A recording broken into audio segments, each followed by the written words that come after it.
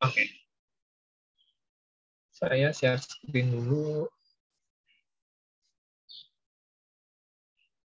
Oke ya. Ada kontrak kuliah, silakan dipilih kontrak kuliahnya, dibaca, dijawab ya. Di kontrak kuliah ini masih belum ada respon ya, jadi hari ini silakan setelah kelas kalian isi kontrak kuliahnya. Ini pokok-pokok bahasannya. Kegiatan belajar,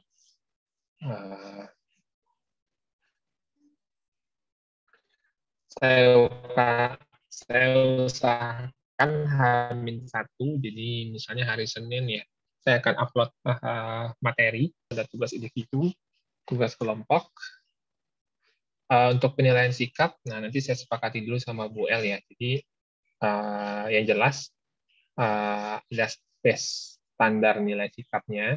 Jadi akan ada penambahan nilai sikap jika kalian ada prestasi-prestasi dan lain sebagainya, serta kalian aktif di kelas. Itu ntar saya minta tolong hitung ya. Pengurangan jika nggak ikut kuis, nggak ikut UTS, nggak ikut UAS, nah itu akan saya lakukan pengurangan ya. Oke, masih no respon. Oke, untuk RPS silakan di-download juga nih, saya masukkan file PDF-nya. Nah, untuk materi hari ini udah ada, silakan kalian download ya untuk presensi kita hari ini. Oke, sebelum kita mulai, free lagi, yang kosong buat SKS itu di hari apa?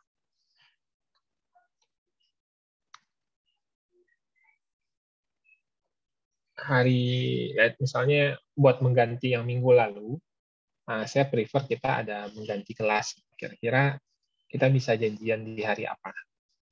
Jumat kalian full? Rabu pagi kosong, Pak. Rabu pagi? Rabu. Pagi sampai siang. Sampai Oh, sebelum zuhur. sampai sebelum zuhur ya? Oh. Berarti besok ya? Atau gini aja, kita mulainya Rabu depan. Besok kayaknya saya ada kegiatan pagi. Jadi Selasa itu pertemuan 2, Rabu pagi itu pertemuan 3. Oke. Iya, Dava. Izin kamar mandi aja, Dava. Nggak perlu sebut kebutuhannya juga nggak apa-apa. Ya. Jadi Rabu pagi nanti saya minta Mas Budi buat ngasih share link Zoom-nya. Ya. Oke. Jadi nggak Rabu minggu ini, tapi Rabu minggu depan. Oke. Apa lagi ya? Saya rasa cukup sih RPS, kalian tinggal baca. Oke. Untuk pembuka, saya mau nanya dulu. Oh ya, Miftahul. Udah panggilannya siapa nih? Udah? Miftah bisa, udah bisa. Oke. Mungkin sekarang saya minta tolong dulu kamu catat aja, misalnya ada pertanyaan, ada yang jawab, itu siapa, kamu tally aja satu. Oh, misalnya Anissa jawab, ya udah Anissa 1. Terus ternyata sehari ini Anissa ada 3, itu kamu hitung 3 kali dia menanggapi pertanyaan gitu ya, buat nilai sikap. Baik, Pak. Oke. Oke. Ini mata kuliahnya psikologi komunikasi. Nah, kira-kira kita pilah-pilah dulu. Kalian punya sudut pandang apa terkait ilmu psikologi? Apa yang terbesit di kepala kalian? Ilmu psikologi itu apa sih? Silahkan yang mau berpendapat.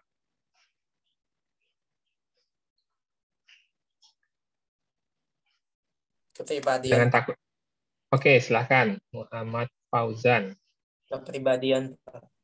Kepribadian. Apa kepribadian itu, Fauzan? Ya, kepribadian itu sendiri gitu. Oke. Jadi Fauzan punya pendapat psikologi itu lebih melihat kepribadian diri sendiri. Oke. Thank you, Fauzan. Nah, dicatat ya udah tuh. Fauzan 1. Oke, berikutnya ada yang lain. Jangan takut salah loh ya. Ilmu yang mempelajari tingkah laku manusia, Pak. Oke, tingkah laku manusia. Rizka Agustina. Oke. Yang lain? Ilmu yang mengkaji tentang kejiwaan. Kejiwaan. Oke. Perilaku, kejiwaan, kepribadian. Oke, good. Ada lagi?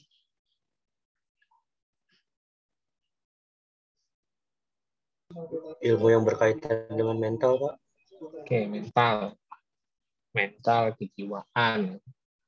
Oke, mirip ya. Oke, thank you Iqbal. Ada lagi? Ilmu yang mendasari segala perilaku dan sifat mencakup kehidupan pribadi maupun sosial. Oke, itu lengkap tuh Zidan ya. Nah, thank you ya semua. Jadi teman-teman semua sudah menjelaskan sub ya. Jadi kalau boleh dibilang itu part-part bagian aspek dari ilmu psikologi ya. Nah, jadi kalau sederhananya kita bisa bilang ya psikologi itu mempelajari diri kita sendiri, baik dari sisi mental, emosi, kognitif, perilaku, gangguan-gangguan yang terjadi dalam diri, baik secara kepribadian atau gangguan klinis maupun gangguan non-klinis, munculnya perilaku, sikap, semua kita pelajari di psikologi. Ya, jadi kalau teman-teman yang di Fakultas Psikologi ya dia mempelajari diri sendiri. Nah, jujur pertama kali saya juga bingung waktu S1 belajar psikologi itu apa ya. Karena saya terjun ke dunia psikologi pun sebenarnya kecelakaan gitu ya. Jadi dulu tuh waktu S1 tuh saya malah pengennya TI. Habis itu nggak lulus, masih namanya SPMB ya. Lalu ya udahlah, yang penting kuliah. Saya nggak tahu kalian terjadi di kalian atau enggak, saya nggak tahu.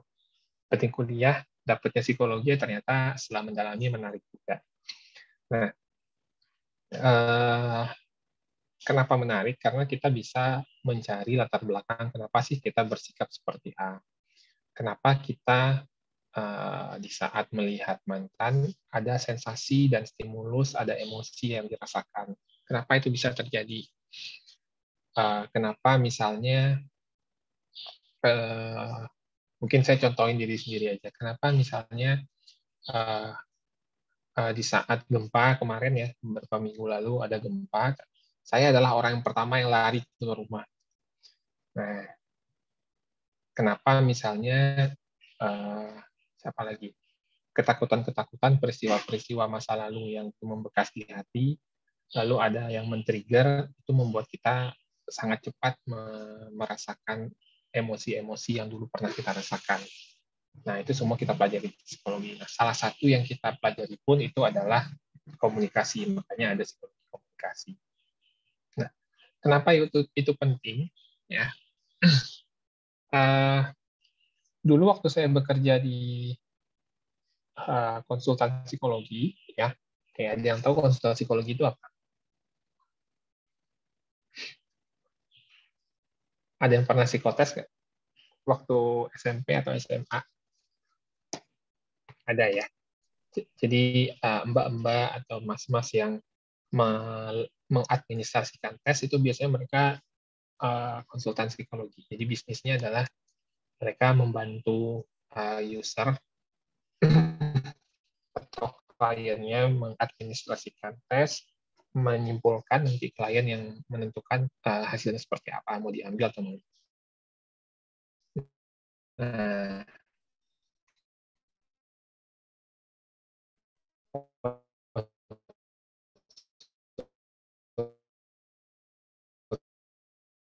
psikologi saya itu lebih ke industrinya. Saya harus mewawancarai orang, saya harus berinteraksi sama orang. Setelah hasil psikotesnya ada, ternyata saya ngomong sama orang yang baru lulus, itu beda gaya berkomunikasi, kata-kata yang digunakan dengan orang-orang yang udah levelnya manajer atau direktur. Ya. Jadi nih, contoh, misalnya kalian baru lulus terus ngelamar kerja.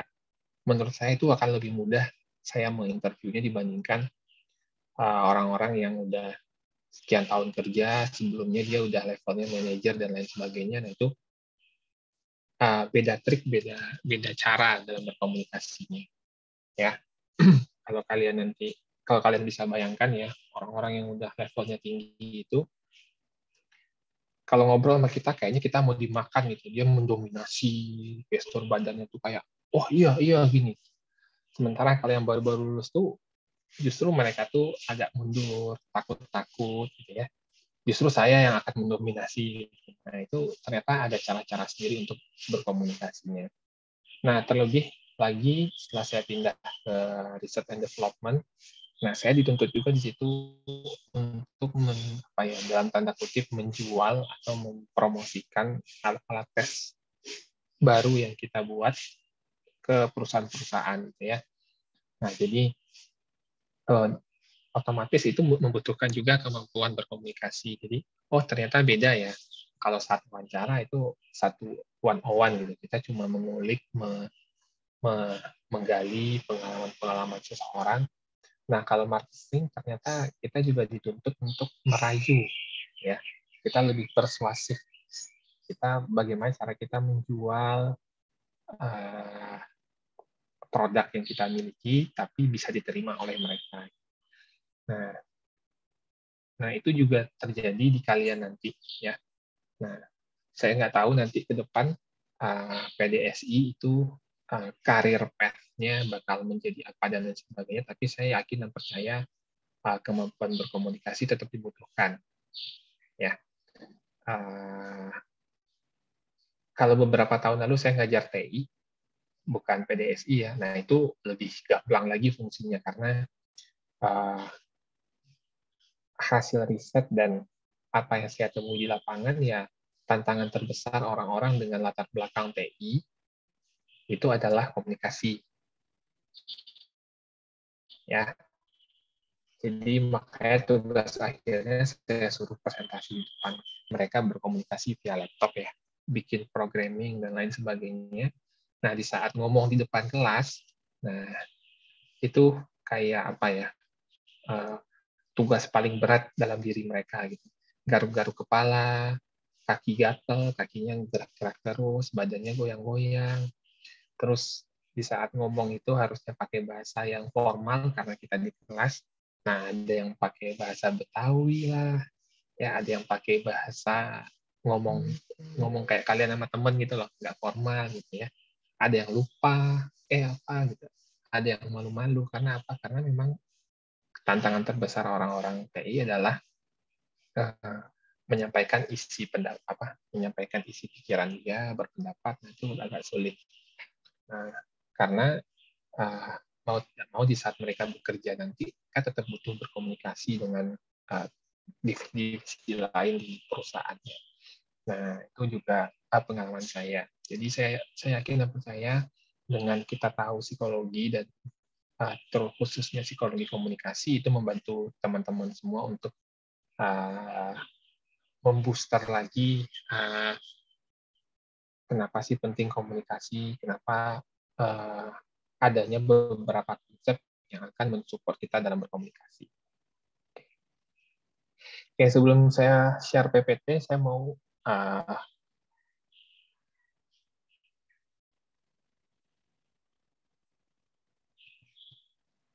ada satu video yang mau saya putar. Sebentar.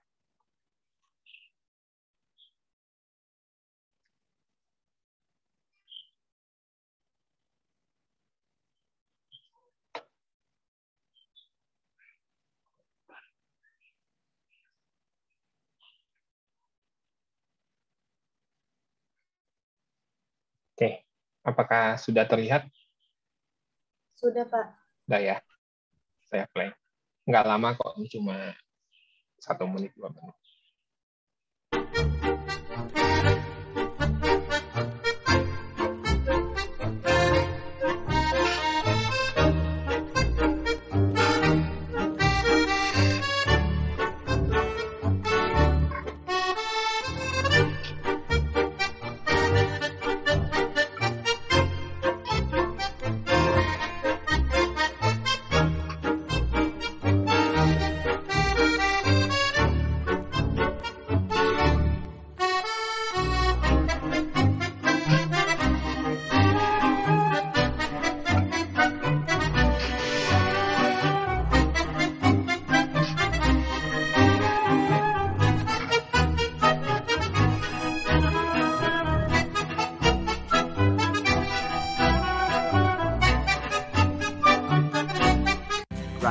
control to Major Tom.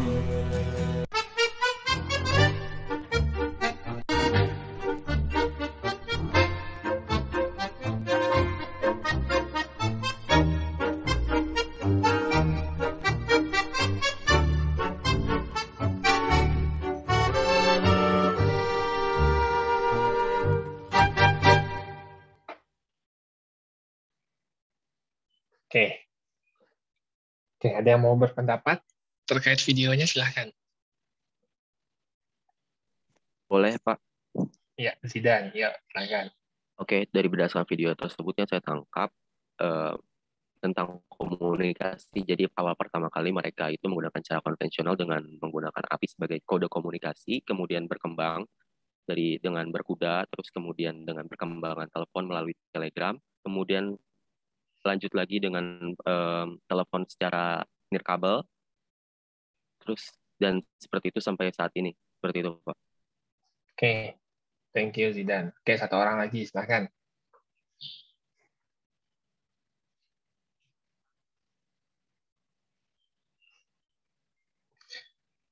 Yang perempuan, mungkin satu cowok udah, cewek satu orang.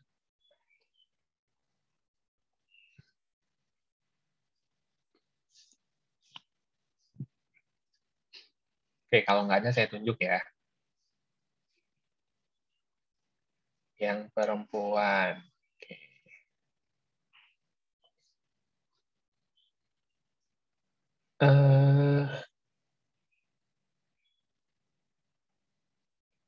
Sekarasti. Oke, silahkan pendapatnya. Maaf Pak, tadi saya ada gangguan jaringan, jadi kurang menyimak videonya. Oke. Sekarasti ada gangguan kayak yang lain. Lulu. Iya Pak, Oke, gimana pendapat kamu, Lulu? apa ya Pak? Kurang begitu paham Pak, mungkin kayaknya itu kayak perkembangan kali ya Pak. Perkembangan apa? Kayak perkembangan zaman gitu, dari yang masih belum ada, ya kayak gitu lah Pak. Ya. Kayaknya nah itu contoh kita kenapa kita perlu berkomunikasi. Terkadang di isi kepala kita ada, tapi cara kita menyampaikan itu sulit gitu. Ya. Nah, kalau Zidan berpendapat tadi kayaknya ada perkembangan cara berkomunikasi ya. Nah, bahkan dari zaman dahulu pun ya, orang tuh membutuhkan komunikasi. Jadi dengan berbagai caranya, entah pakai bahasa, entah pakai isyarat dan lain sebagainya, semua membutuhkan komunikasi. Jadi orang-orang yang berkebutuhan khusus pun menggunakan cara-cara yang khusus dalam berkomunikasi. Ada bahasa isyarat buat tunarungu, terus ada bagian tunanetra, mereka ada huruf braille untuk berkomunikasi walaupun mereka tetap bisa ngomong gitu ya. Terus apalagi? Kalau dari video tadi kan zaman purba ada pakai asap ya, menandakan ada apa gitu sesuatu ya. Terus seiring dengan bertambahnya waktu berkembang sampai sekarang. Nah, kalau dulu saya S1 itu saya masih SMS dosen ya, masih SMS gitu. Kalau SMS-nya kelebihan nambah bayar 2 SMS. Cuman kalau SMS ke dosen kan nggak mungkin pakai kata-kata singkatan gitu ya, harus bahasa formal. Kalau sekarang kalian bisa via WA. Ya, nah itu berkembang ya. Bahkan kalian baru lahir pun masih di dalam perut ibu. Nah, itu kalian sudah berkomunikasi dengan ibu. Misalnya posisi badan ibu ini nggak nyaman bagi kalian. Nah, nanti kalian tendang tuh perut ibunya, nongol-nongol di perut ibunya ya, nonjol-nonjol gitu. Nanti habis kalian lahir, kalian pipis atau kalian buang air besar. Kalian nangis, lapar nangis.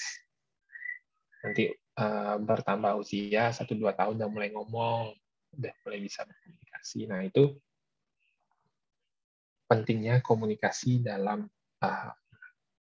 kegiatan kita sehari-hari. Jadi kalau nggak ada komunikasi ya nggak mungkin, karena kalau dari ilmu sosiologi ya ternyata ada konsep bahwa manusia itu makhluk sosial. Jadi manusia itu membutuhkan interaksi sosial. Nggak ada manusia yang bisa hidup sendiri, itu nggak ada. Ya, mau dibilang misalnya kepribadiannya saya introvert, saya penyendiri, tapi tetap butuh komunikasi sama orang. Ya, oke. Saya share screen dulu ya.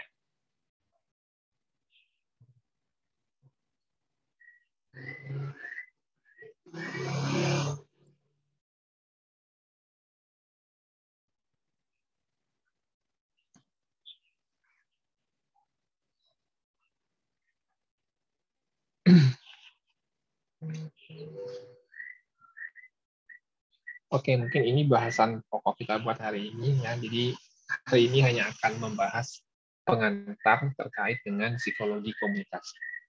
Ya, jadi ada ruang lingkup, ada pendekatan, penggunaan, terus manusia sebagai komunikator, lalu faktor yang mempengaruhi perilaku manusia.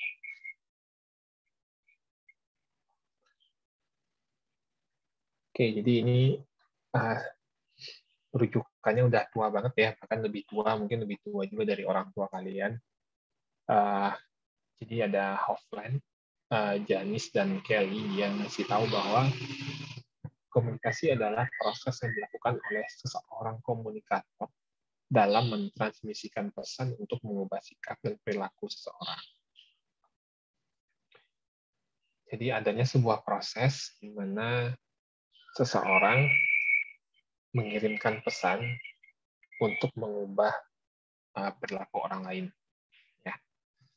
Jadi orang yang mengirimkan pesan itu namanya komunikator. Nah, itu Hofland dan teman-temannya. Nah, lalu si Robert ya tahun 1999 dia mendefinisikan komunikasi sebagai proses pemindahan informasi yang melibatkan interaksi aktif dari pemberi informasi maupun penerima informasi, sehingga dapat menghasilkan suatu kualitas informasi yang representatif.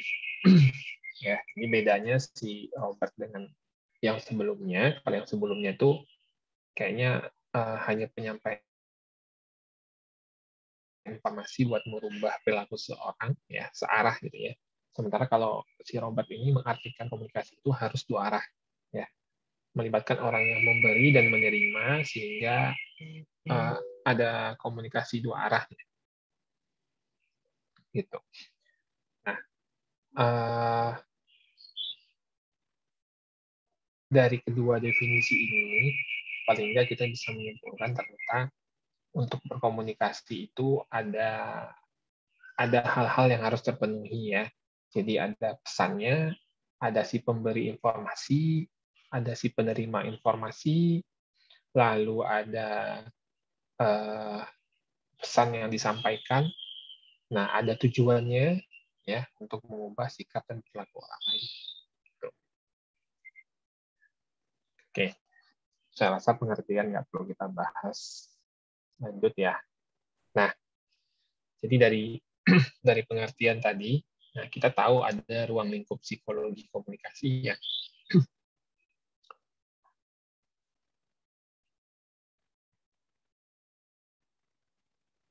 Nah, jadi ada komunikator. Komunikator apa tadi? Orang yang memberi pesan. Oke, kalau komunikan? Penerima.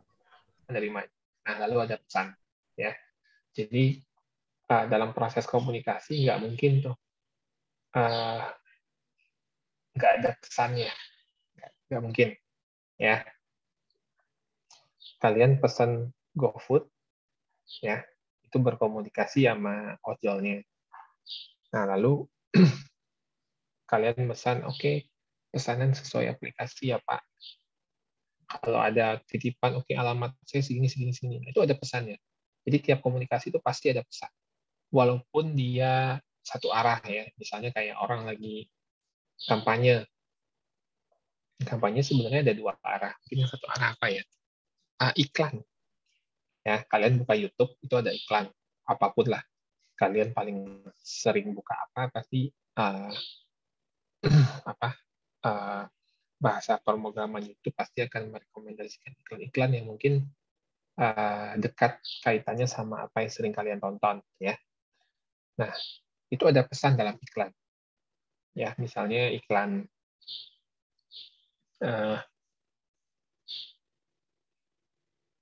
apa ya? Misalnya kosmetik ya, bagi yang perempuan sering buka tutorial apa-apa gitu ya.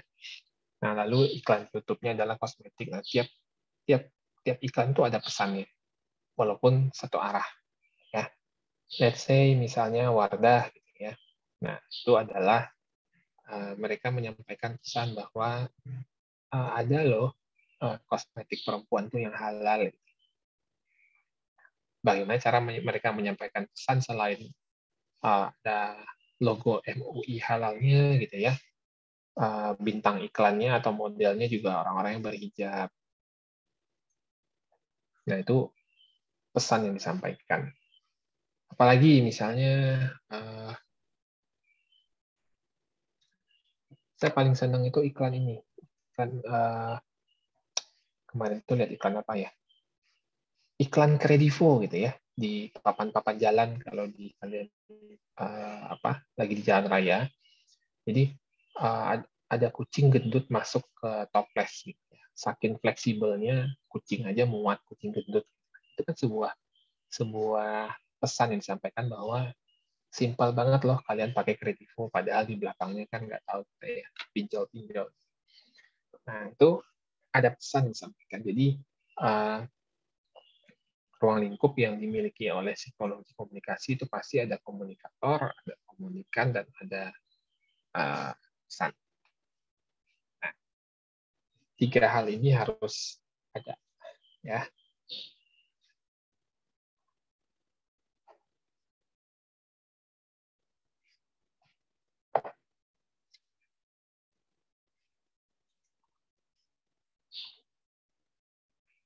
Oke.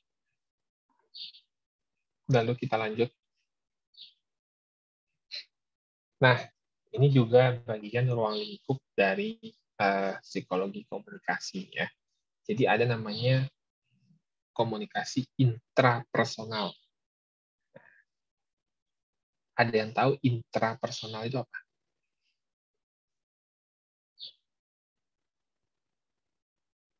Intrapersonal. Ada interpersonal, ada intrapersonal.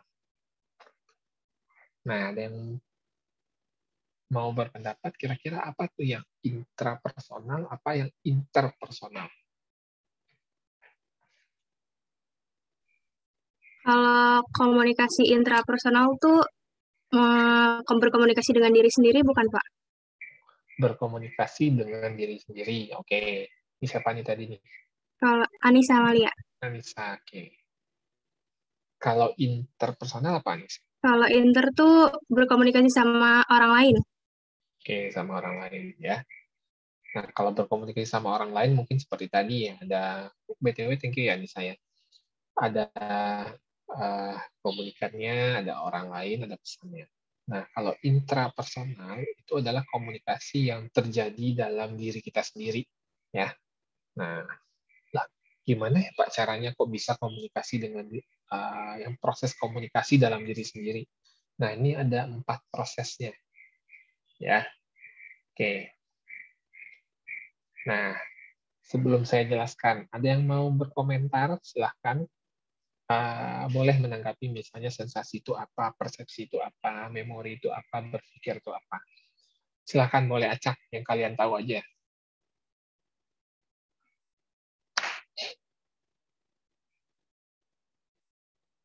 Misalnya kalian tahunya, oh saya mau berpendapat tentang memori nih Pak, memori adalah bla bla bla bla, boleh silakan.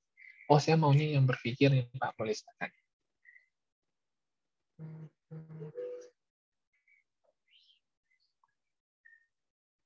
Ada 4 hal tuh, ada sensasi, persepsi,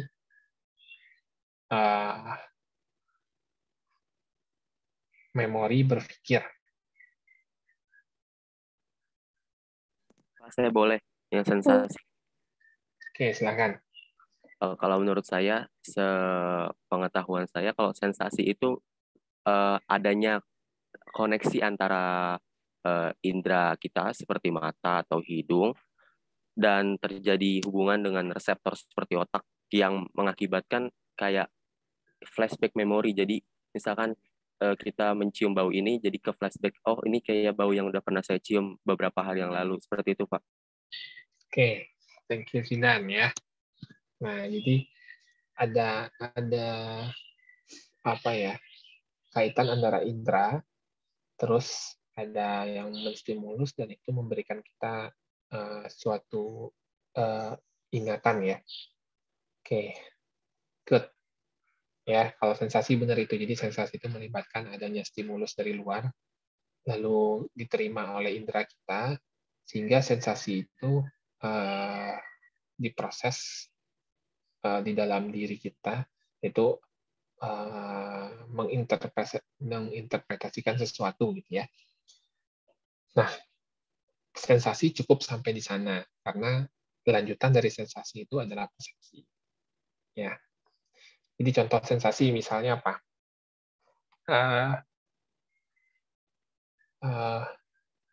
Misalnya kita lagi jalan di luar, lalu tiba-tiba hujan. Nah, hujannya kena ke kulit kita. Nah, setelah kena ke kulit kita, ada pemrosesan informasi dalam tubuh kita. Sensasinya apa? Ada sensasi air kena ke kulit. Oh, kalian otomatis akan melihat ke atas. Oh, ini mendung. Oh, ini air hujannya deras. Sehingga apa? Setelah kalian merasakan sensasi, masuklah ke persepsi. Karena kalau dari pengalaman kalian, kalau udah ada air turun dari langit, dan itu mungkin kuantitasnya cukup deras, oh ini kayaknya bakal mau hujan nih. Nah, itu persepsi kalian. Ya, jadi dari sensasi dia akan ada kaitannya ke persepsi. Oke, thank you Zidan. Oke. Yang lain silahkan, sensasi udah fix, sudah selesai. Ada 3 lagi nih, ada persepsi, memori, berpikir. Pak, saya mau coba yang memori, Pak. Silahkan. Linas Nadidah ya. Ya, Ines, Pak, I-nya 2 itu. Oh, I. Ya. KL. Memori, proses penyimpanan informasi yang ditangkap panca indera manusia. Oke. Ya, ini sama kayak memori komputer, memori HP ya. Ternyata otak kita itu juga ada memorinya. Jadi proses kita menyerap informasi dan disimpan. Nah, itu di memori. Oke, good. Oke, 2 lagi ada persepsi sama berpikir. Silakan. Mau persepsi. Oke, silakan dulu. Persepsi itu proses mengetahui dan mengenali kejadian dengan bantuan indera. Contohnya apa, Lu? Nah, contohnya nggak dulu.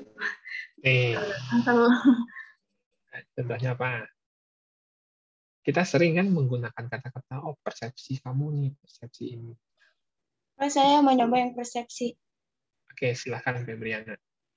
Persepsi itu menurut saya pendapat kita terhadap apa sih memandang sesuatu gitu, Pak. Contohnya? Contohnya apa? Febriana.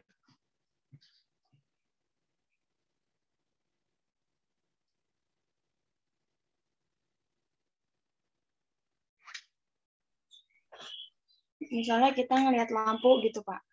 Lampu terang. Terus kita berpendapat gitu tentang lampu. Oke. Ya. Oke, ya. Jadi jawabannya benar ya dari 2 orang tadi. Jadi dari sensasi keempat hal ini sangat berpikir tadi belum.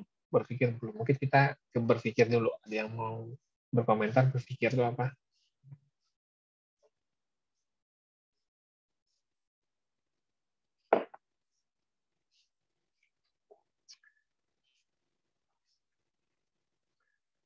Berpikir.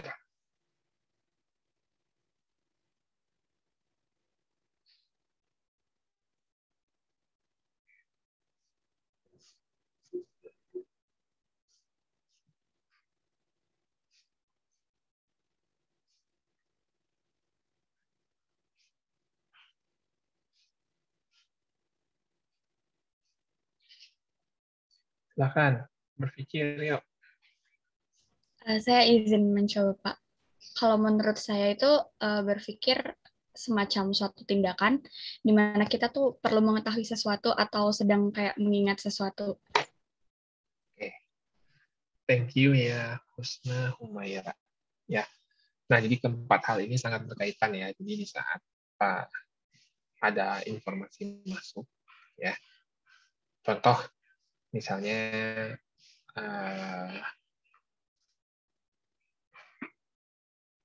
misalnya mungkin bagi yang cowok atau yang cewek, nah mungkin bagi yang pernah berpacaran, karena saya sangat senang ngasih contoh berpacaran karena ini erat banget kaitannya sama remaja ya. Nah, kalau kalian punya mantan misalnya, pasti kalian punya sesuatu yang mengingatkan kalian dengan mantan ya. Entah itu bau parfum favorit dia, entah itu bau badannya, entah itu apalagi cara dia berpenampilan, memakai baju, entah itu gaya rambutnya, gaya hijabnya, ya. Nah, semua pasti udah pernah kalian rasakan. Nah, tiba-tiba kalian lagi jalan di mall, contohnya bau dulu ya, seperti yang Zidan sampaikan tadi. Zidan lagi jalan sama teman-temannya, tiba-tiba, kok baunya bau parfum ini nih. Nah, ya, jadi dari indera masuk nih stimulusnya bau, masuk ke hidung, lalu diproses dalam diri kita. Nah, proses ini ya, nah nanti bisa ke memori langsung, bisa ke berpikir langsung, atau bisa langsung dipersepsikan. Nah, dari bau parfum tadi, dia langsung ke memori. Ya, dari bau ini mengingatkan Zidan akan kenangan-kenangan mantan kekasihnya. Ya. Nah, dari bau itu akhirnya Zidan berpikir nih, oh jangan-jangan ada dia di sekitar saya. Ya. Nah, dari proses berpikir ini dia mempersepsikan, oh iya, jangan-jangan nih ada dia nih. Apakah saya harus kabur atau saya harus nyari? Nah, ya, gitu. Jadi 4 hal ini saling berkaitan dan komunikasi itu tidak bisa dilihat oleh orang lain, tapi itu terjadi dalam diri kita sendiri. Ya. Nah, contoh lain misalnya ya, saya itu punya pengalaman yang buruk banget terkait gempa. Jadi kalau di kampung saya di Padang pernah gempa besar. Nah, jadi waktu mungkin 2018 kali ya. Jadi saya di RC itu masih sempat ada gempa sekali gitu ya. Kalian memang belum masuk RC waktu itu. Terus dari lantai 6, karena saya punya pengalaman yang buruk tentang gempa itu, goyang dikit ya, goyang nggak sekencang yang kemarin, goyang itu kebetulan saya belum pakai sepatu. Biasanya kan habis sholat gitu ya, sholat terus masih dari kamar mandi pakai sandal jepit, goyang. Saya nggak pakai sandal jepit sama sekali, terus ambil handphone, ambil dompet, langsung kabur keluar ruangan, turun lewat tangga darurat di RC, nyeker. Nah, terus saya adalah orang pertama yang turun, lari langsung, pokoknya keluar ke parkiran motor RC. Nah, karena saya punya pengalaman yang buruk, ya, jadi misalnya stimulusnya gempa, diterima oleh indera saya pakai kulit, ya, terus memori saya punya memori tentang kejadian buruk gempa, lalu saya berpikir, terus saya mempersepsikan. Nah, kebetulan kayaknya kemarin itu saya nggak sempat mikir, ya. Kalau saya mikir pasti saya harus pakai sepatu dulu, pakai name tag dulu, biar keluar saya nggak ditegur atasan dan lain sebagainya. Jadi kayaknya saya nggak sempat berpikir lagi, dari memori langsung ke persepsi. Mungkin bisa jadi nggak ada kaitan memori ya, dari sensasi langsung berpersepsi, wah gempa gitu ya. Respon cepat saya adalah itu. Nah, bedanya ada satu teman saya yang di saat saya lari itu dia bengong gitu, dosen psikologi juga gitu. Gempa masa sih? Gitu. Nah, jadi Setelah di bawah, saya ketemu lagi dengan beliau, dia nanya, wah Arif kok larinya cepat, dan lain sebagainya. Nah, di situ saya bilang bahwa, iya gempa, dan lain sebagainya. Saya tanya dia, sebelumnya pernah ngerasain gempa nggak? Pernah sih. Tapi ada yang sempat membahayakan nggak? Nggak. Pantas respon dia adalah ya santai aja gitu. Dia turun tangga tuh pelan-pelan. Kalau saya turun tangga tuh udah lari, loncat-loncat gitu ya. Karena memang dia nggak punya memori akan kejadian gempa tuh, memori dia mungkin netral gitu. Kalau saya gempa tuh pasti memori saya tuh negatif, itu akan gedung tuh akan runtuh, apa saya harus menyelamatkan diri dan lain sebagainya. Nah, itu proses komunikasi intrapersonal. Jadi mungkin kalau teman saya itu juga bingung kok si Arif responnya kayak gitu. Dia nggak tahu karena proses komunikasinya ada di dalam diri kita sendiri. Ya. Oke, sampai di sini mungkin ada pertanyaan dulu sebelum saya lanjut.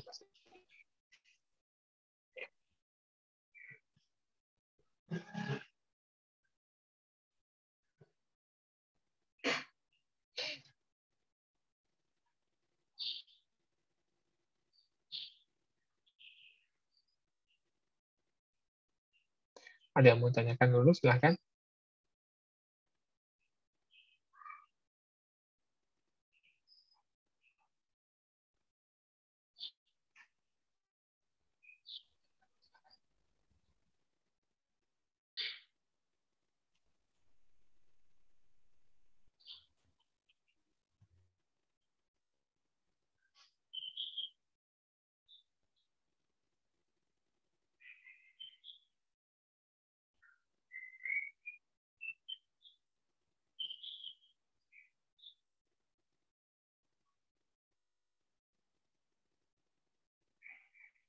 Oke, kalau enggak kita lanjut ya.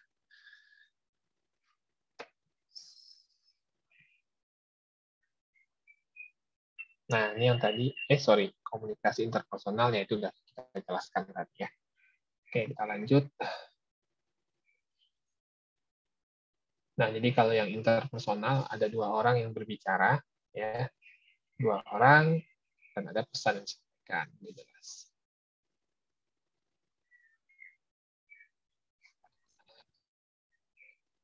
Oke. Lalu ada lagi istilah komunikasi diadik. Ya, apa itu komunikasi diadik? Ya, komunikasi yang terjadi antara dua orang. Ya, ada komunikan, ada komunikator. Lalu muncul orang ketiga. Ya, saya juga baik. Nyeletuknya ya. Nah, itu triadik. Ada tiga orang yang terlibat. Oke.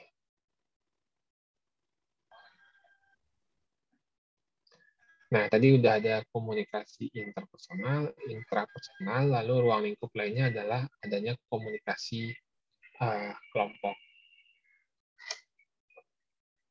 Nah, contoh, ini kita lagi di sekolah ya. Nah, ini komunikasi kelompok atau bukan?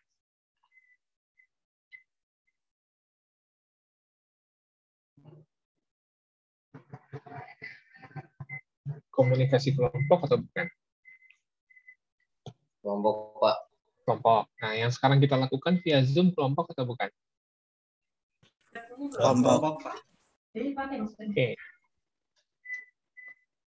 Nah, ini contoh lain ya. Jadi kalau lagi meeting di kantor, itu komunikasi kelompok. Ini udah melibatkan banyak orang. Oke.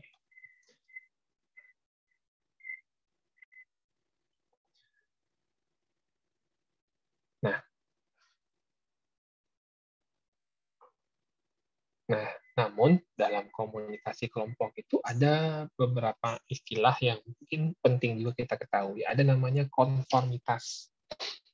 Oke. Ada yang pernah dengar kata konformitas ini belum? Belum, Pak. Belum. Oke, saya kasih contoh. Seperti penyesuaian diri bukan, Pak? Kenapa ini saya penyesuaian diri? Penyesuaian diri terhadap kelompok gitu, Pak. Penyesuaian diri terhadap kelompok. Oke. Contohnya gimana tuh, Anissa?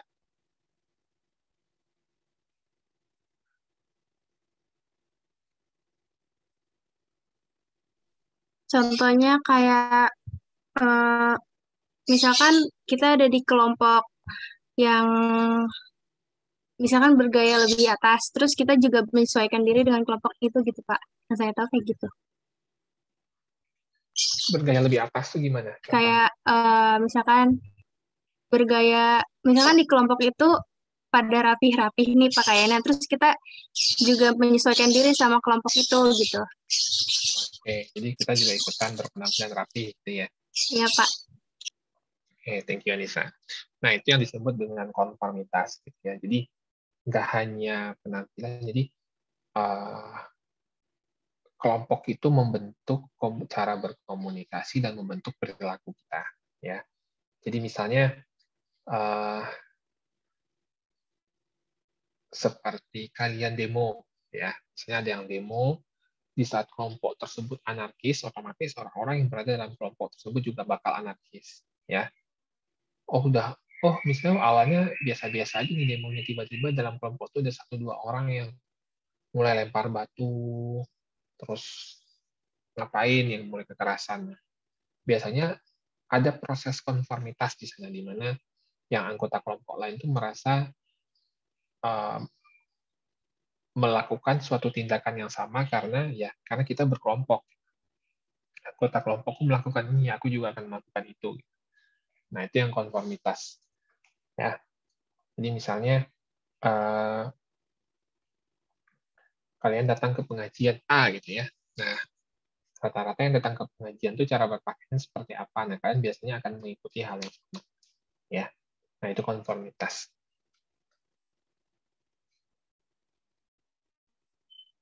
Oke, selanjutnya ada polarisasi. Nah, ada pernah dengar polarisasi apa?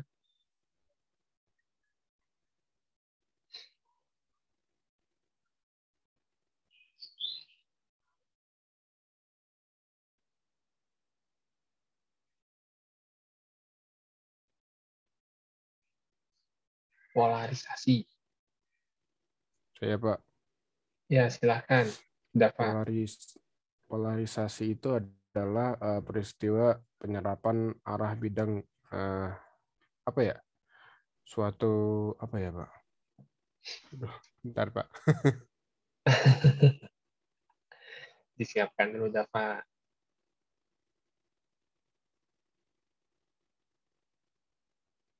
Oke, ada yang lain, silahkan.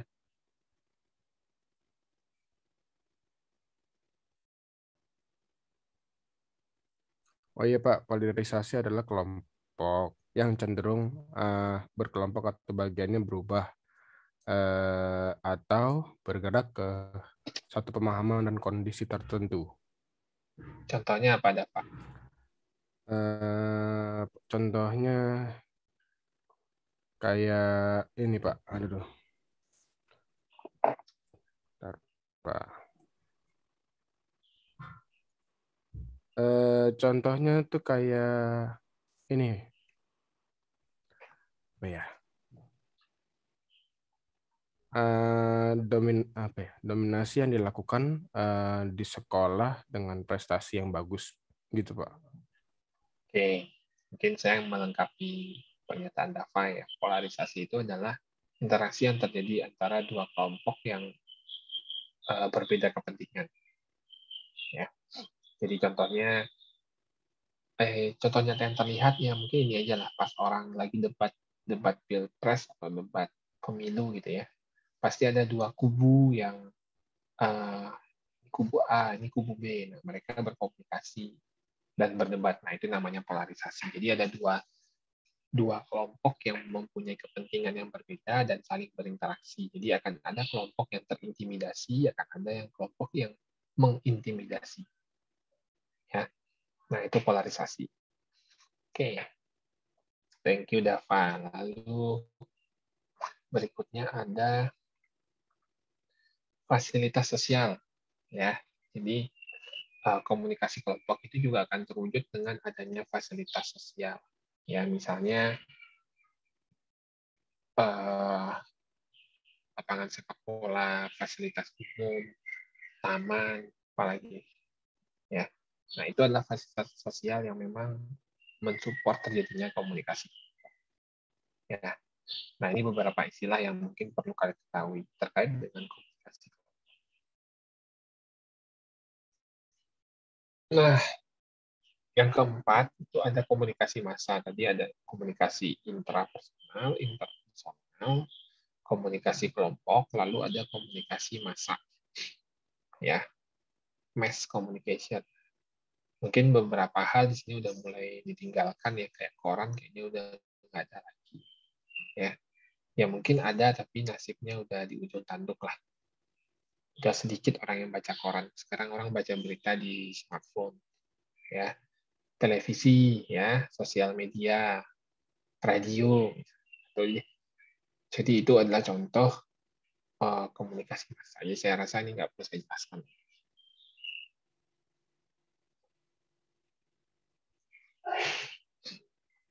Oke, kita lanjut. Jadi ada pendekatan psikologi komunikasi. Jadi ada beberapa ilmu yang bisa kita gunakan dalam memahami psikologi komunikasi. Ya. Nah, yang pertama sosiologi.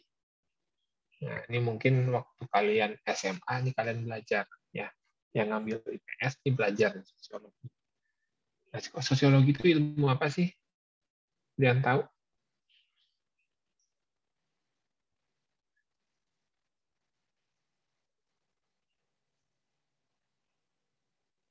Sosiologi itu ilmu sosial ya Pak, yang ilmu manusia, ilmu yang apa namanya mempelajari tentang manusia Pak. Oke, lebih detail lagi, Dava. Lebih detail lagi.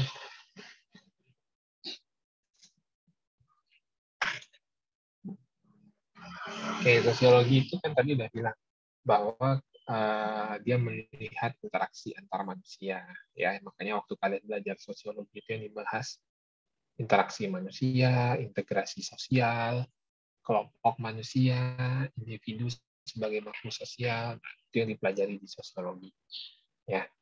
Nah, jadi kenapa sudut pandang ini penting? Karena ya namanya komunikasi itu interaksi antara individu dengan dirinya atau individu dengan orang lain. Di ilmu sosiologi itu bisa kita gunakan dalam pendekatan memahami psikologi komunikasi.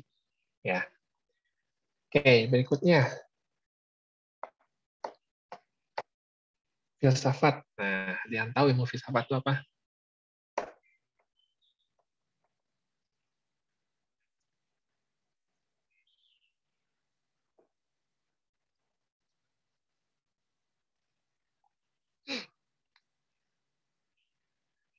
Oke, ada yang tahu? Filsafat. Orang yang mempelajari ilmu filsafat namanya filosof.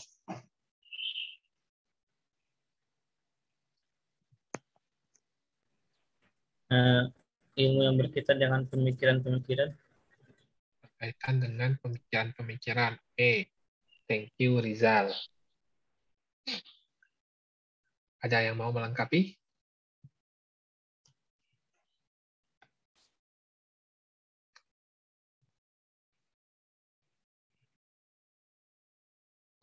Ilmu yang mempelajari tentang berbagai fenomena yang ada dalam pikiran manusia. Oke, ya, thank you Huda, ya. Jadi filsafat ini dikatakan bahwa filsafat itu adalah akar dari semua ilmu, ya. Jadi kalau kalian coba flashback ke sejarah ke masa lalu, ilmuwan dulu tuh pasti dikatakan filosof, ya. Dia berpikir tentang apa yang sedang dia pikirkan. Jadi misalnya apa,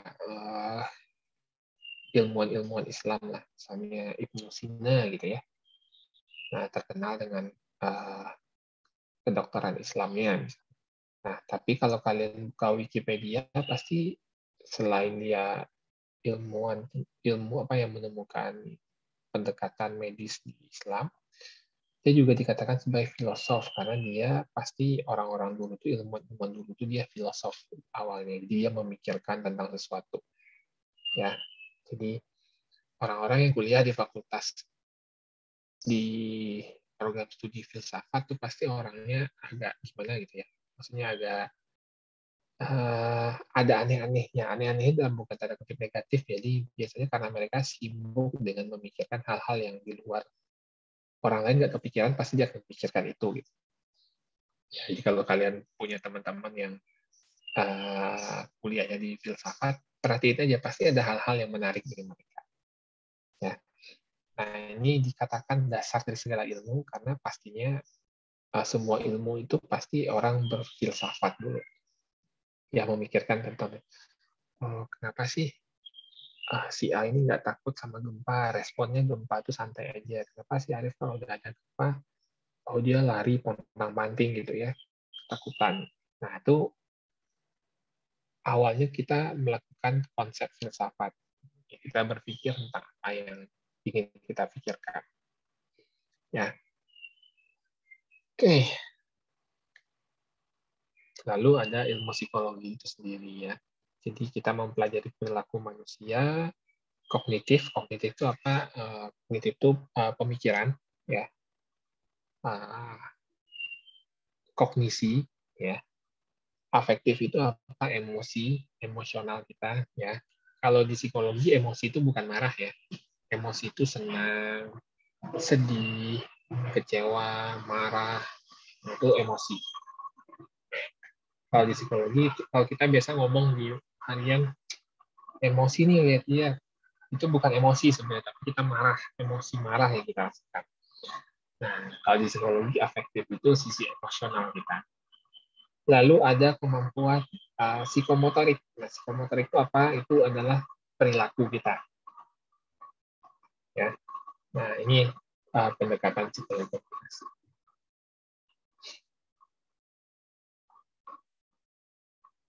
Oke.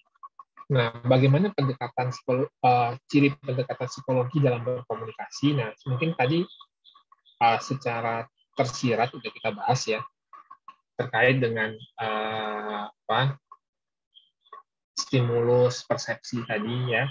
Jadi psikologi melihat komunikasi itu ada penerimaan stimulus ya, ada stimulus masuk ya, stimulus itu sama macam-macam, dingin, suara, apa yang kita lihat, apa yang kita dengar, apa yang kita rasakan, apa misalnya makanan,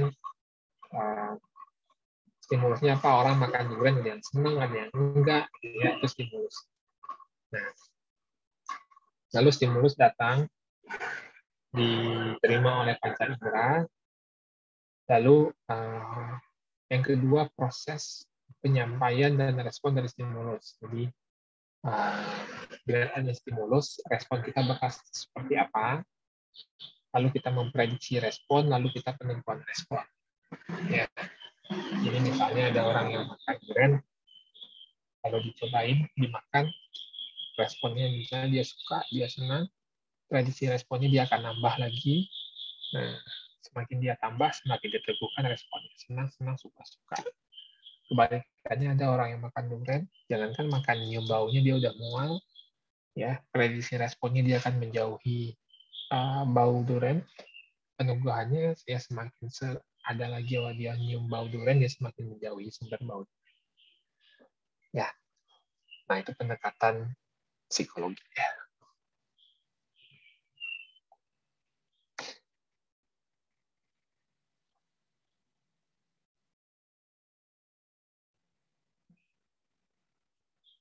Oke, sebelum saya lanjut, mungkin ada yang mau ditanyakan dulu, silakan.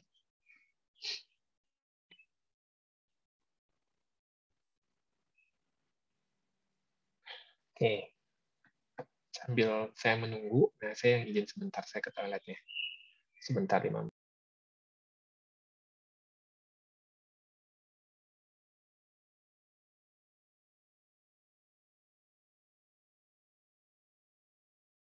Oke, thank you, Windy. Oke, ada pertanyaan lagi? Silakan. Kalau nggak kita lanjut ya. Nah, kapan digunakan psikologi komunikasi? Tentunya tujuannya adalah untuk terciptanya komunikasi yang efektif. Ya.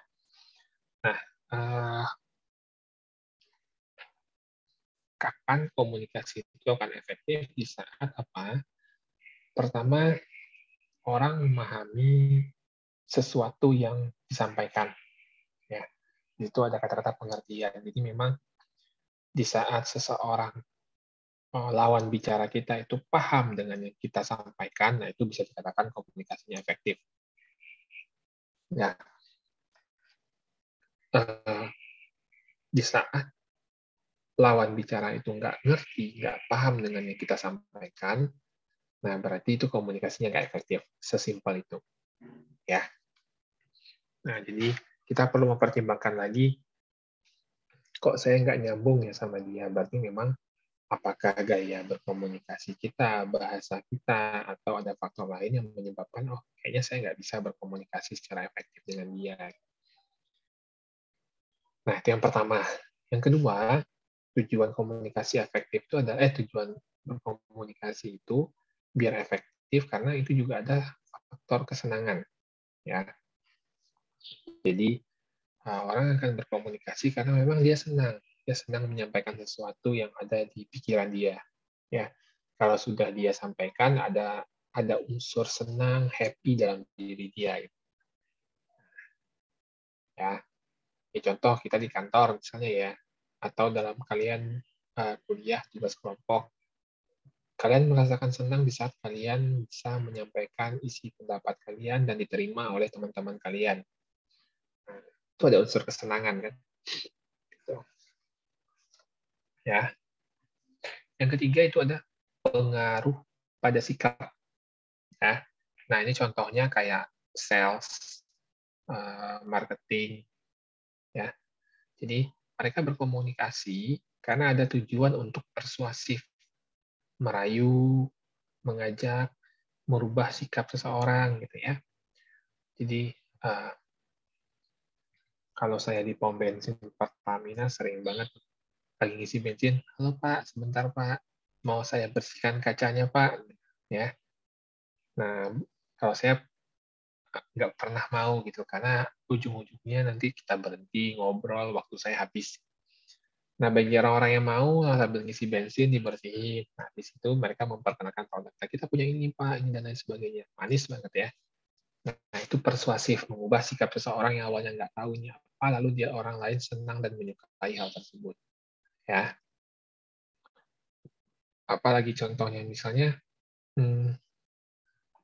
telemarketing ya, nelpon ke nomor handphone kalian, orang bang nawarin produk baru apa dan lain sebagainya. Atau misalnya kalian datang ke mall ada showroom mobil gitu ya, atau showroom rumah gitu ya. Oh ya Pak, ini bagus, dan yang awalnya kita nggak tertarik jadi tertarik nih. Ya, itu persuasi. Yang keempat, relasi semakin membaik ya. Jadi kalau tercipta komunikasi efektif, otomatis hubungan kita dengan lawan bicara akan lebih baik, serta memunculkan yang terakhir itu adalah tindakan. Ya. Jadi hasilnya adalah ya dengan adanya komunikasi munculnya suatu tindakan. Misalnya kalian berdiskusi dalam grup, tindakannya apa? Tugas kelompoknya selesai. Ya, saya berkomunikasi sekarang ya tujuannya apa? Ya, tindakannya adalah untuk menyampaikan materi ya pengantar sekilas tentang psikologi komunikasi. Ya. Nah, itu yang komunikasi efektif, tujuannya seperti itu. Oke. Oke, kita lanjut.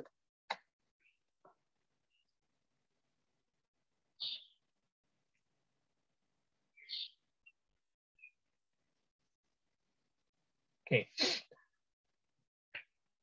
Lalu di sini ada manusia sebagai komunikator. Ya, tadi kita udah bahas komunikator adalah orang, kelompok, atau instansi yang menyampaikan pesan. Nah, individu sebagai komunikator itu dapat dilihat dari sifatnya, cara berpikirnya, konsep dirinya, serta identitasnya. Ya. Oke. Mungkin saya mau memberikan kesempatan kalian buat berpendapat dulu. Bagaimana pengaruh sifat individu dengan cara berkomunikasinya? Mungkin bisa dikasih contoh. Silakan.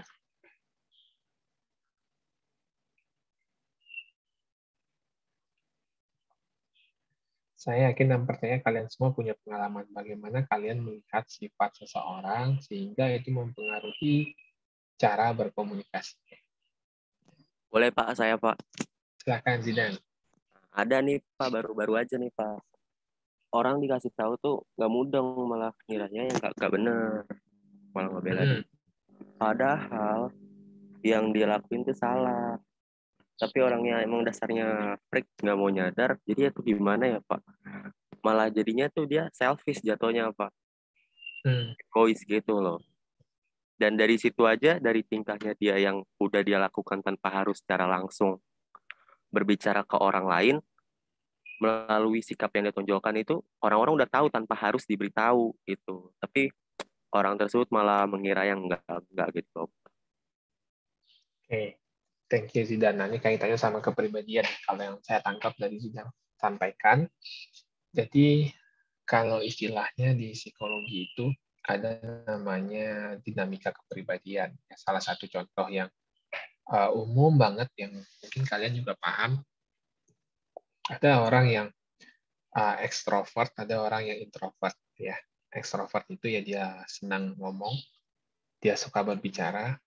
Energinya tuh dia keluarkan dengan berinteraksi dengan orang lain. Sementara introvert tuh enggak. Ya, kebalikannya. Dia irit ngomong, segala sesuatu tuh dia pertimbangkan terlebih dahulu. Ya, kalau extrovert itu ya contoh simpelnya kayak sales lah. Sales genius. Kalian baru lewat ya udah halo Pak. Nah, kalau introvert tuh enggak. Introvert tuh orang yang sebelum bertindak berpikir dulu gitu. Jadi dia tetap berkomunikasi, dia tetap berpikir, tapi itu banyak banget dalam isi kepalanya. Namun yang muncul nggak semua, 1, 2. Nah, kalau ekstrovert itu semua sampai keluar. Nah, ada hal lain lagi nih, ya. Ada istilahnya ada orang yang openness, terbuka, ada juga orang yang tertutup. Ya, ciri-ciri orang yang openness adalah orang yang sangat mau menerima hal baru, terbuka dengan hal-hal baru, mau nyobain hal baru, terbuka akan feedback dan kritik, gitu ya. Sementara orang yang tertutup, kebalikannya. Nah, ini mungkin yang cerita Zidan tadi ya. Jadi bisa jadi orang yang ditemui Zidan ini adalah orang yang mungkin dia sebenarnya dia sisi openness-nya rendah, ya. Bukan tertutup sih. Jadi dia adalah orang yang sisi openness itu rendah, bukan tinggi. Jadi apa? Di saat disampaikan informasi, dikritik, itu agak sulit dikritik. Jadi orang yang sisi openness-nya itu rendah itu agak sulit menerima pembaruan, sulit dikritik. Nah, sehingga itu makanya Zidan melihat ya, memang udah sifatnya seperti itu, ya mungkin cara mengkritiknya yang mungkin yang perlu diperbaiki. Ya, itu. Thank you Zidan. Oke, yang kedua, bagaimana individu berpikir dan mengetahui sesuatu. Ya, nah itu bagaimana kaitannya individu sebagai komunikator dengan cara berpikir dia dan pengetahuannya dia. Oke, ada yang bisa nyontohin ya?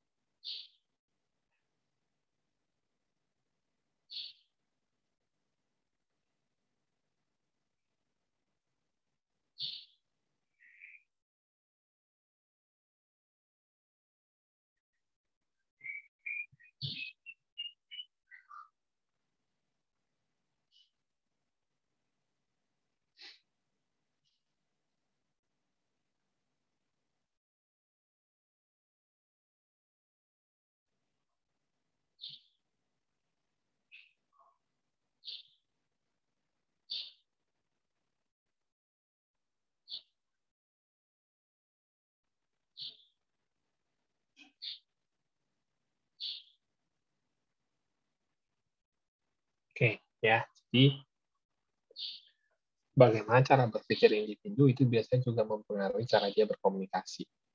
Ya. Ada orang yang mungkin cara berpikirnya simpel, straight to the point. Ada orang yang juga berpikir rumit, jelimet, sehingga cara berkomunikasinya juga muter-muter. Ya. Nah, mungkin teman-teman bisa merasakan, oh teman-teman yang punya temannya yang simpel gitu ya, terus nggak suka berbelit-belit, pasti cara berkomunikasinya juga sederhana gitu. Tapi bagi orang yang cara berpikirnya mungkin isi kepalanya itu rumit gitu ya, cara berkomunikasinya juga sama. Oke, yang ketiga itu konsep diri. Ya, bagaimana seseorang menilai diri dia itu juga mempengaruhi cara dia berkomunikasi. Ya, jadi dari cara dia berpakaian, cara dia berpenampilan itu juga mencerminkan cara dia berkomunikasi. Ya, nah, jadi kalian semua bisa lihat lah nanti bagaimana pengaruh. Mungkin kalian bisa lihat, oh konsep diri dia mungkin pengaruh etniknya, misalnya dia dari Sumatera, yaitu identitas ya, sorry. Konsep diri misalnya, oh dia penampilannya lebih santai, lebih casual, cara komunikasinya juga beda. Oh penampilannya sangat rapi, cara komunikasinya juga mencerminkan penampilan dia yang rapi. Ya, biasanya akan seperti itu. Yang keempat, itu bagaimana identitas individu, ya itu contohnya tadi misalnya, oh dia ada kaitannya sama etniknya, ya, kampungnya di mana, misalnya dia dari Sumatera, dari Medan, pasti cara berkomunikasi juga beda. Terus, oh identitasnya dia ini adalah pelajar, mahasiswa, pasti cara berkomunikasinya adalah cara berkomunikasi mahasiswa. Nah, misalnya kalian datang ke pasar ya, dan jualan mungkin orang lulusan tamat, lulus SD gitu ya, pasti cara komunikasinya beda. Ya, misalnya dia jualan tapi dia S2 marketing, secara berkomunikasinya juga beda. Ya, nah itu identitas. Oke, lanjut.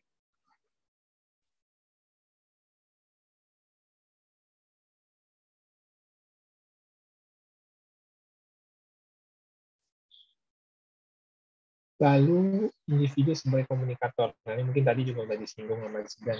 Jadi ada sifat ya, karakter atau indikator yang dapat digunakan membedakan seseorang dengan orang lain. Ada orang yang egois ya, mementingkan diri sendiri, ya dia aja mau didengar ya.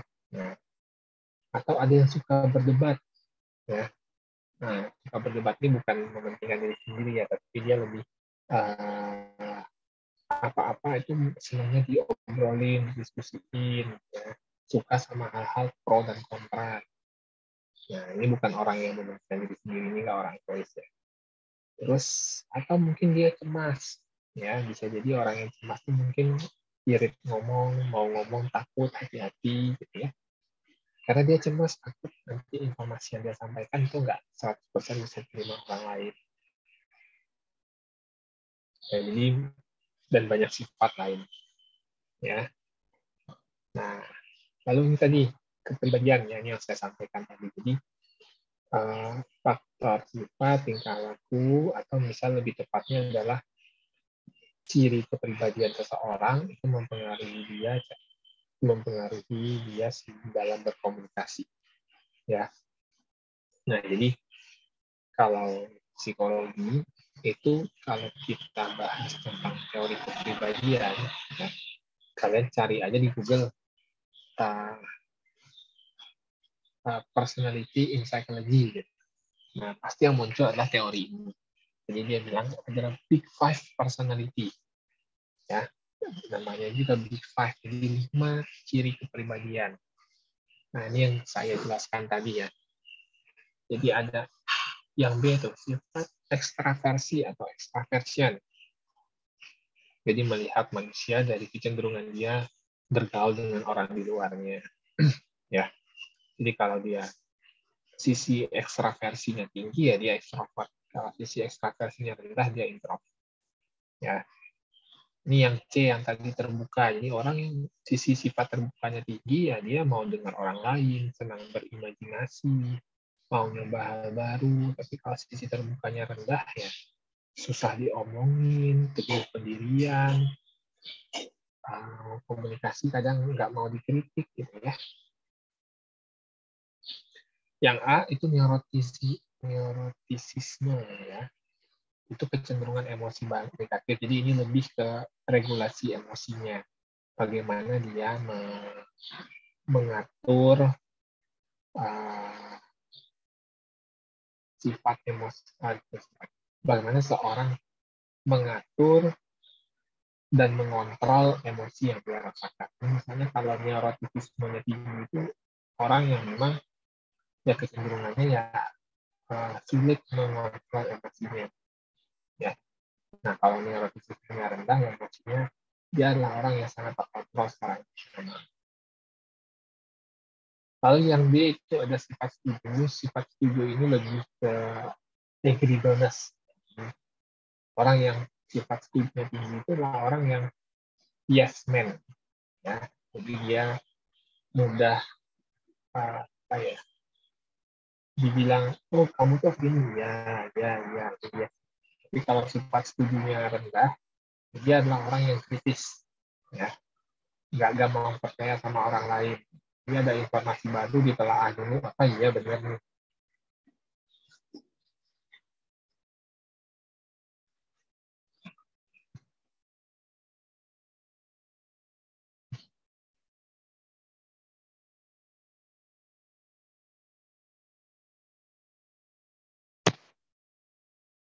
Oke. Ya. Lalu ada sifat hati ya terakhir. Jadi orang yang tinggi pada diri kepribadian ini adalah orang yang hati-hati, disiplin, ya. Kalau rendah dia berarti orangnya selebor, nggak teliti, nggak. Nah, ini kelima hal ini mempengaruhi cara orang dalam berkomunikasi. Ya. Oke. Lalu yang berikutnya tingkah laku ya. Oke, ini bisa kalian baca aja bagaimana seorang berpikir. Manusia pada dasarnya ingin tahu bagaimana orang menentukannya. Kita lanjut aja. Nah, ini juga faktor yang mempengaruhi perilaku manusia. Jadi ada dua faktor personal dan faktor situasional. Apa itu faktor personal? Jadi faktor keturunan, ya, biologis itu mempengaruhi perilaku dan komunikasi seseorang. Lalu sosio-psikologis, proses sosial yang membentuk perilaku. Ya, misalnya lingkungan sekitar itu pasti mempengaruhi bentuk perilaku dan cara berkomunikasi orang. Ya, jadi kalian pasti akan bisa membedakan cara berkomunikasi orang yang biasa di pasar sama orang kerja kantoran pasti beda cara komunikasi. Ya, itu yang sosio-psikologi. Ya. Orang yang kerja kantoran pasti beda sama orang yang kerja lapangan. Pegawai bank pasti beda perilaku dan cara berkomunikasinya dengan orang yang kerja kuli bangunan. Nah, itu yang sosial. Lalu ada motif, ya, motif itu dorongan pribadi, ya, motivasi. Lalu ada sikap, emosi, kepercayaan, kebiasaan, dan ya. Orang dengan orang pemarah sama orang yang sabar itu pasti beda cara bentuk perilaku dan cara komunikasi. Ya, latar belakang agama, budaya, kebiasaan, ya. Orang yang terbiasa ngomong itu informal pasti akan sulit di saat dia mencoba ngomong formal. Ya. Lalu kemauan. Yaitu faktor. Pokoknya apapun yang ada dalam diri personal kita, diri individu kita, itu semua mempengaruhi cara orang berperilaku dan berkomunikasi. Nah, kalau situasional, itu aspek lingkungan, psikososial, dan stimulus. Jadi lebih tepatnya hal-hal yang ada di sekitar kita itu mempengaruhi cara kita berkomunikasi dan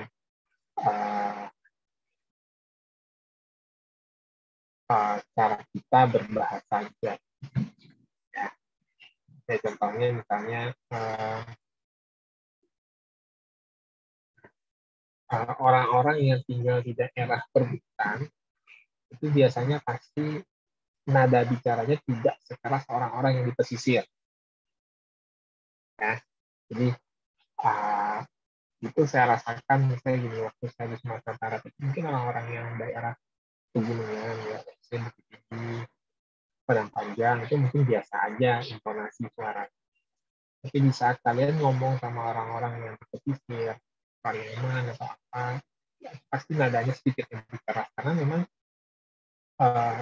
faktor geografis yang menuntut mereka seperti itu. Ya. Pasti juga akan beda. Misalnya kalian punya teman seumuran, lalu kalian kuliah, tapi teman kalian nggak kuliah, itu pasti mempengaruhi cara perilaku dan komunikasi. Karena saat kalian kuliah, lingkungannya adalah lingkungan akademis, cara komunikasinya pun adalah cara berkomunikasi di level akademis. Beda sama orang yang nggak sekolah. Ya. Lalu stimulus, ini misalnya situasi di sekitar ya. Toh lagi hujan nih kayak sekarang, di rumah saya itu deras banget. Mungkin saya perlu ngomong sedikit lebih keras dibandingkan biasanya gitu ya. Oke.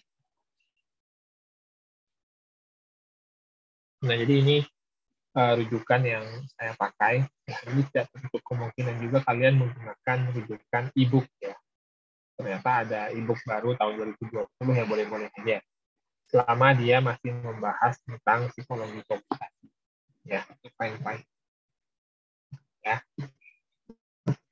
Oke, sampai di sini ada pertanyaan?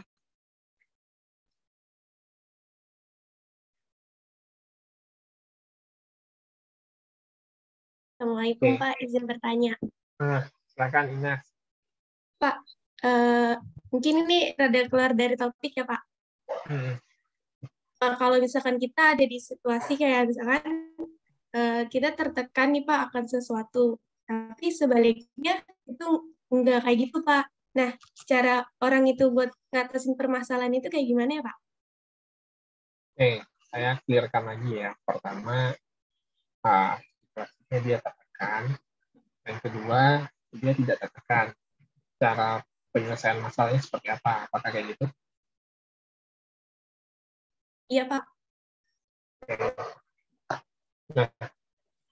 Nah, biasanya itu akan kembali ke pengalaman dia ya. Jadi gini, ada orang yang lama. Bentar ya, saya tutup itu dulu.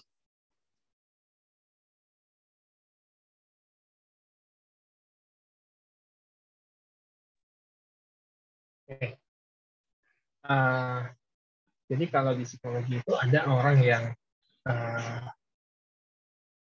karena itu biasanya kaitannya sama aspek kepribadian. Jadi kalau saya dulu waktu dikerjakan orang itu ya, kepribadian seseorang itu bisa berubah, tapi dalam waktu yang cukup lama ya. Jadi misalnya gini, saya contohin diri saya aja. Ini pertama saya masuk kerja di konsultan psikologi itu, sederhananya adalah saya adalah orang yang tidak teliti dan tidak tahan akan tekanan. Ya, jadi di saat kualitas kerja, misalnya saya habis ngetes 7 orang ya, lalu saya bikin laporannya. Nah, dari laporan tersebut, di awal-awal saya kerja itu manajer saya pasti mau banget melihat typo laporannya, terus ada hal-hal yang nggak teliti yang harusnya, kandidat ini adalah orang yang high achiever, misalnya. Tapi di penjelasan saya nggak seperti itu. Nah, itu sering banget saya temukan. Nah, di situ atasan saya juga melihat, karena si Arif ini nggak tahan tekanan, jadi sehari itu dia cukup 7 orang. Padahal teman-teman saya yang lain bisa jadi sehari itu dia bikin 15 laporan. Nah, itu tekanan. Nah, sehingga apa? Pelan-pelan dia mulai, oke, mungkin 2 minggu awal Arif bikin video report dulu aja. Nah, di saat Arif udah mulai bisa ngikuti ritmenya, terus sembari ketelitiannya diperbaiki dengan cara apa? Misalnya sebelum ngumpulin laporan, bos saya selalu bawel ke saya, jangan buru-buru dikumpulin, tapi kamu baca lagi. Dia bilang ikro, kamu nggak asal cepet ngumpulin, yang penting baca lagi. Nah, ternyata 6 bulan saya seperti itu, saya tes lagi, tes kepribadian. Pergerakannya cukup signifikan. Jadi yang awalnya sisi neuroticism ya, ketahanan saya terhadap pengelolaan emosi itu tinggi, ini cenderung kalau dibikin kayak apa ya, kayak skala 0 sampai 10. 10 itu saya ini stresan, 0 itu enggak stresan. Awal saya masuk kerja itu saya di 8. Nah, setelah itu saya sudah beranjak ke 5. Nah, jadi balik ke pertanyaan kamu, ternyata memang cara seseorang dalam menyelesaikan suatu masalah, decision making itu memang sangat dipengaruhi oleh faktor pengalaman dari saya. Jadi orang-orang yang sudah terbiasa sama tekanan mungkin dia akan lebih santai ya. Oh, ada tekanan gini ya, masih bisa berpikir jernih, masih bisa tenang. Sementara orang-orang yang nggak terbiasa akan hal itu pasti akan stres, kelabakan dan lain sebagainya. Nah, saya sih berpikir itu pembiasaan. Makanya kayak sekarang misalnya semester 1 kalian, saya nggak tahu di PDSI gimana tugas-tugasnya ya. Jadi mungkin semester 1, semester 2 biasanya kuliah itu mungkin masih teori-teori dasar ilmunya, di mungkin tugas nggak terlalu ketat. Nanti kalau udah masuk semester 4, 5, 6 itu biasanya akan mulai tensionnya, puncak-puncak kuliah di sana. Nah, itu pembiasaan lagi sih. Gitu. Jadi saya pikir ini kaitannya kamu yang merasakan atau enggaknya? Saya sendiri, Pak. Ya, jadi kalau kamu merasa kamu adalah orang yang nggak tahan akan tekanan, misalnya ya, kira-kira apa yang harus kamu lakukan? Misalnya terkait deadline tugas, ya kamu perlu mengatur diri, kamu perlu bikin planning, ya. Oh, misalnya tiap kuliah kamu catat di logbook ya. Jangankan kalian kuliah, saya aja dosen saya punya logbook tiap hari, saya harus ngerjain ini. Minggu depan nih ada deadline ini nih, saya masukin. Jadi saya bisa nyicil kerjaan. Saya juga orang yang kalau udah deadline itu saya sepaneng, makanya saya selalu nyicil kerjaan. Oh, nyicil itu nggak harus besar, misalnya ada skripsi ya, misalnya, atau saya bikin laporan ada 5 bab, ya udah hari ini saya selesai dulu bab 1, saya bikinnya 2 jam. Nah, besok 2 jam saya anggarin lagi bikin bab 2. Sehingga pekerjaan itu lebih terstruktur lah. Nah, jadi itu mempengaruhi saya dalam mengambil keputusan. Jadi kalau mau ngambil keputusan mungkin saya perlu agak tenang dulu. Saya nggak bisa langsung tek-tok. Oh, gini-gini, enggak. Ya. Mungkin itu yang bisa saya jawab. Ya. Baik, Pak. Ya. Jadi kalau misalnya balik lagi ke itu pribadinya, orang-orang ekstrovert di saat kalian tanya, di saat kalian merespon, gini-gini, dia akan langsung respon, dia langsung ngomong. Tapi di saat orang introvert mungkin dia malu dulu, dia mikirin dulu, terus baru dia akan jawab. Jadi kalau kalian tahu, mungkin kalian nggak bisa mengukur, tapi kalian pasti bisa merasakan, oh teman saya ini pemalu, mungkin dia introvert, oh teman saya ini sebenarnya ngomong nih pasti ekstrovert. Jadi di saat kalian berdiskusi kelompok, mungkin kalian bisa memahami dulu nih, bukan berarti orang yang irit ngomong atau dia pemalu itu dia nggak punya pendapat, bisa jadi dia lagi mikir, terus oke, di saat dia mau ngomong mungkin yuk silakan. Beda sama orang yang ekstrovert, mungkin disenggol dikit aja yang baru dibilang A, dia udah ngomong sampai Z. Ya. Nah, itu cara kita juga berkomunikasi efektif. Oke, ada pertanyaan lagi, silakan.